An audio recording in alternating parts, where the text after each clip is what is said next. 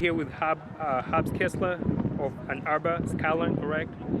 All right, 18 years of age, yes, right? Sir. Senior in high school. This is your last races, right? Mm-hmm. And so you ran the 3200-meter relay, 1600-meter run, and 800-meter. So start with the 3200-meter relay. How did you feel going into that? What was the goal?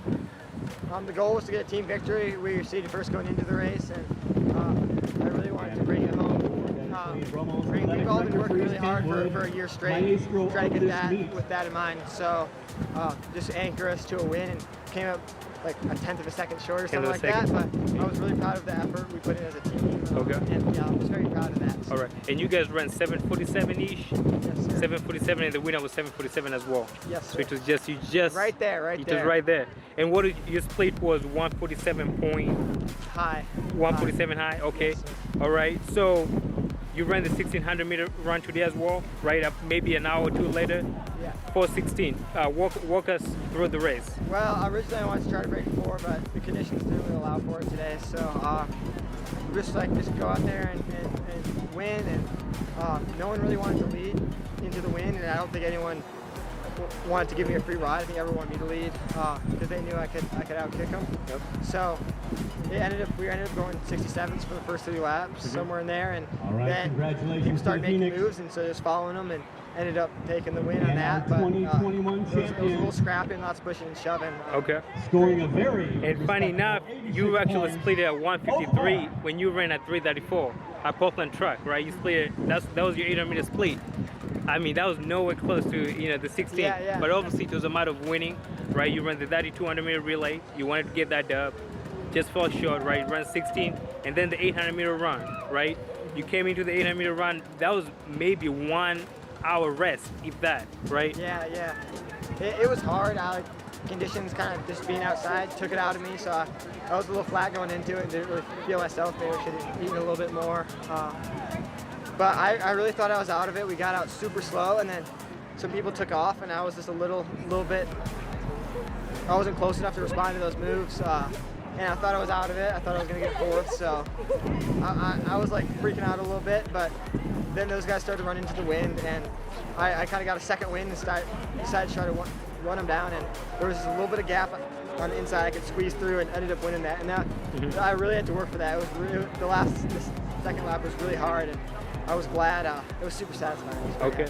And great to hear. And it was unfortunate to see you didn't run the 3200-meter run, right? You'd given those guys a run, for their money. And so the winning time was what, 9:07-ish or so? Yeah, it was tactical and windy. Okay. And I really respect Riley as an athlete. He took me down across, so I don't think it would have been a given. But it looked like a fun race, and I wish I was in it. But unfortunately, the circumstances didn't allow for it. Awesome. And what place did you guys finish as a team? I believe 4th or 5th. 4th or 5th for Skyline. All right. So now let's talk about the big one. Portland Track pulled up, right? Alan Webb broke the record in 2001, right? He ran 338.26. Place for the boys. And so you showed up. You just said you just wanted to run at 336. You'd have been happy with the 336, right? And you thought that's the shape you were in. Just get to the trials. Okay, just get the trials and watch your boy. Also, you wanted to watch your boy. What's his name? Nick and Mason. I want to take those guys down. Yeah. All right. So you pull up. You drop at 334, right point, 36, 153 split through the 800. Walk us through that race.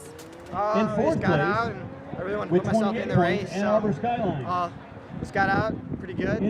Got myself positioned, kind of rode the wave, and there was some pushing and shoving and lots of moving around. But then with like 120 to go, there is no runner-up trophy. We're going to be giving out 2 and I decided to run as many people down as possible. To our team champions, and a tie at with that, 34 with racing those pro guys.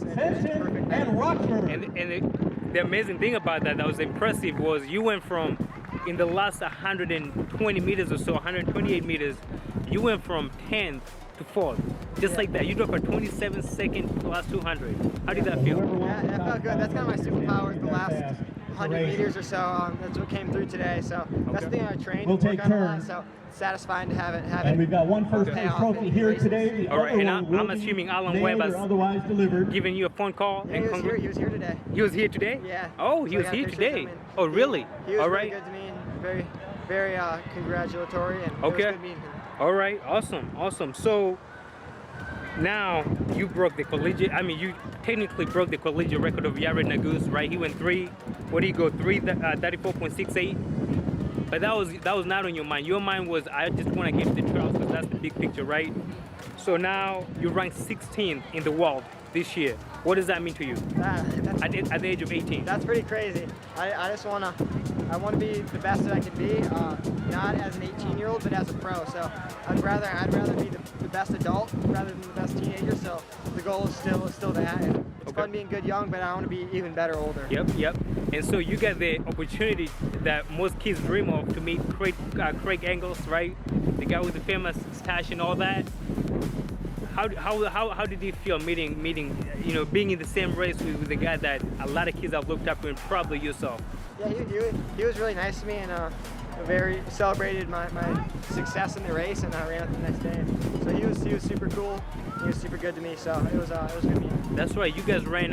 You did like a medium long run in the woods or so, right? Okay. All right. How long did you go? Because I know he went 11. 8 miles or so. Oh, 8 miles or so. Okay.